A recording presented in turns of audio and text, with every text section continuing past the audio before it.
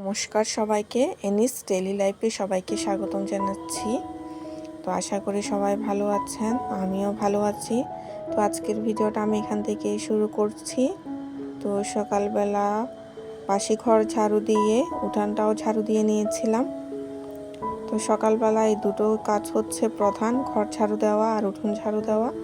এই দুটো কাজ যদি শেষ করে ফেলা যায় তাহলে মনে হয় কাজ অনেকটাই কমে গেছে।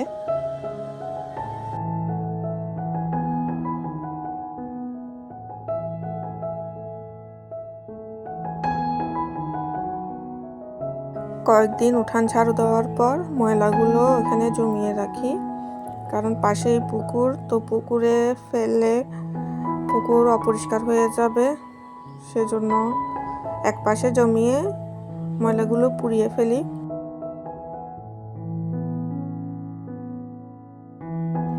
তারপর আসলাম চুলাটা লেপতে। অন্যদিন শুধু চুলাটাই লেপে নিই, তো আজকে 4-5টা ভালো করে লেপে নিয়েছি, কারণ অনেকটা ময়লা হয়ে গেছে, মানে কালো হয়ে গেছে, তেল চিটচিটে। রান্না করার সময় তেলগুলো ছিটকে পড়ে, সেজন্য কালো হয়ে গেছে চুলার পিছন সাইড। তো আজকে ভালো করে লেপে নিয়েছি।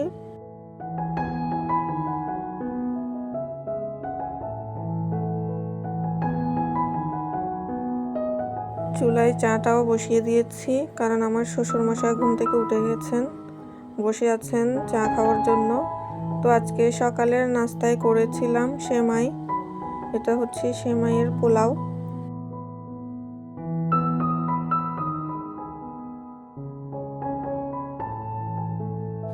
সেমাইয়ের সাথে ছিল খই আর চা।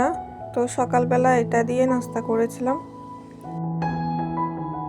এদিকে আবার মেয়েদের স্কুলের সময় হয়ে গেছে। মেয়েদের পেছনে সকালবেলা আমার 1 ঘন্টা চলে যায় ওদেরকে রেডি করে দিতে। অনেক সময় হয় কি আমি কাজে ব্যস্ত থাকি, ওরা নিজেরাই তৈরি হয়ে যায় স্কুলে যাওয়ার জন্য। তো আমি যখন থাকি আমিই করে দিই। আমি থাকলে ওরা কোনো কিছুই খুঁজে পায় না, তা আমারই খুঁজে দিতে হয়। সামনে পড়ে থাকে, তারপরে ওরা খুঁজে পায় না, মাকে ওদের লাগবেই লাগবে। তো এটা হচ্ছে আমার ছোট মেয়ের রূপরেখা।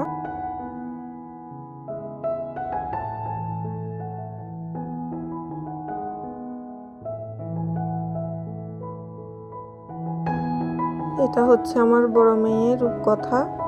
ওকেও তৈরি করে দিতে হয়, বড় হয়ে গেছে, তারপরও আমার করে দিতে হয় সব। চুল আঁচড়ানোর সময় বলবে এভাবে করে দেন, ওভাবে করে দেন, বাহানার শেষ নেই।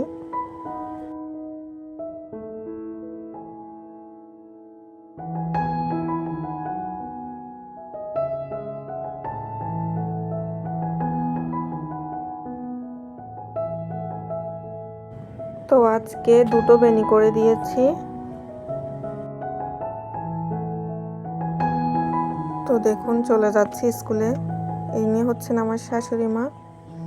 তো উনি প্রত্যেকদিন স্কুলে নিয়ে যায় ওদেরকে।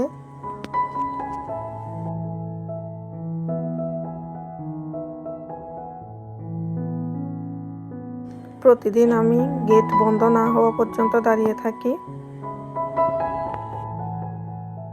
এদিকে আমার শ্বশুরমশাই গতকালকে মাছ এনেছিলেন, তো এগুলো ফ্রিজে রেখে দিয়েছিলাম। মাছগুলো রান্নার জন্য কেটে নিয়েছিলাম। এদিকে স্নান করে পুজোটাও দিয়ে দিয়েছিলাম। পুজো দিয়ে তারপরে রান্নায় যাব। তো আজকে দুপুরে রান্না করেছিলাম মসুরির ডাল। এখানে দেখুন, এটাকে বলে ফলই মাছ। আপনারা কি নামে চেনেন আমি জানি না, এটাকে ওষুধি মাছ হিসেবেও চেনা হয় বা জানা হয়। তো এটা আলু দিয়ে রান্না করব।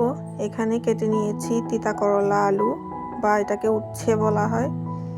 তো এটা ভাজি করব, কুরকুরে ভাজি।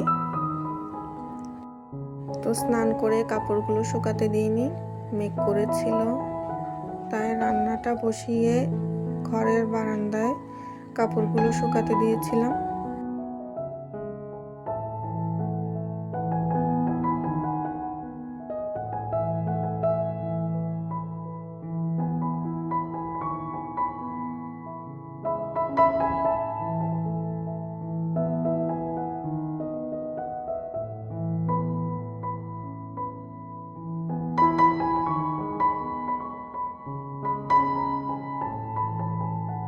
চুলার এক পাশে মসুরির ডাল আর আরেক চুলায় আলু তিতা করলা ভাজিটা বসিয়ে দিয়েছিলাম।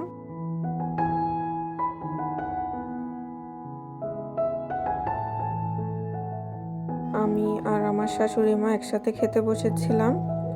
এখানে আলু তিতা করলা ভাজি, মসুরির ডাল আর মাছের তরকারি।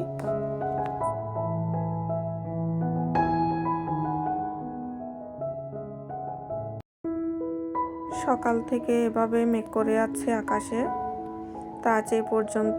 আমার ভিডিওগুলো যদি আপনাদের ভালো লেগে থাকে অবশ্যই চ্যানেলটা সাবস্ক্রাইব করে দিবেন। সবাই ভালো থাকবেন, সুস্থ থাকবেন। সবাইকে অসংখ্য ধন্যবাদ ভিডিওটা এই পর্যন্ত দেখার জন্য।